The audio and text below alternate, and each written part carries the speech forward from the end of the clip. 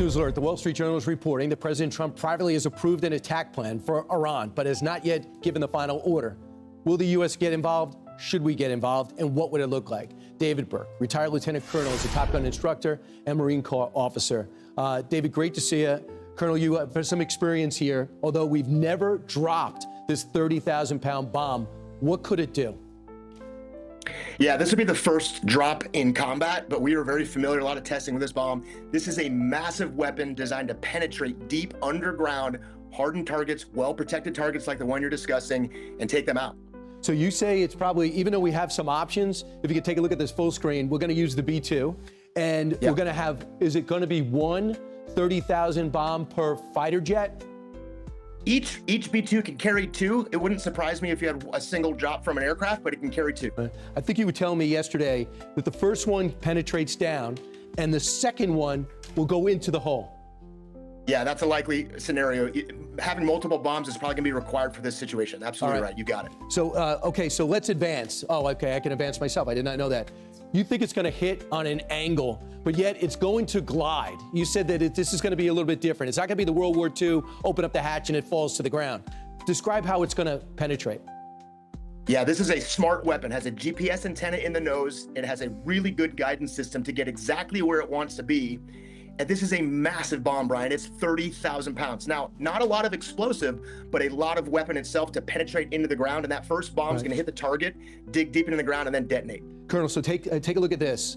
This, I imagine, is an animation of the bomb going deep. This would be the first one in that scenario. With the second one, know exactly how to get into the hole the first one leaves behind. Yeah, I mean, this is a tough problem. The way you're describing it is exactly right. It's a very difficult scenario, but that, as you're describing it, is exactly what the intent would be, is put that second bomb right through the hole of the first penetration, get deeper into that target, and do even more damage with the second weapon. So, Colonel, what you said is it'll penetrate about 200 feet. So it goes about 200 feet, but there's about 300 feet of concrete it's got to get through, let alone what the mountain challenges have. So the first one gets through. What's the second one look like?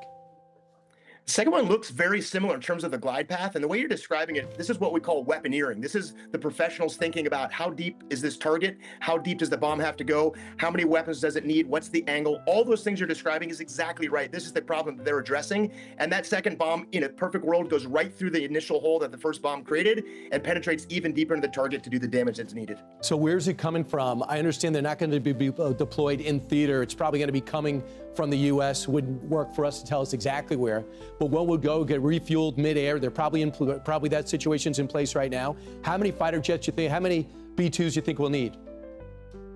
Yeah, I would not be surprised if you had multiple B-2s. The great thing about that aircraft, this is a remarkable machine. I think the longest B-2 flight is something like 44 hours. So our ability to launch from the United States, if we choose to, or a forward deployed base, getting the target and back is absolutely in the wheelhouse of the capability of this aircraft. And I would expect to see multiple aircraft on this mission.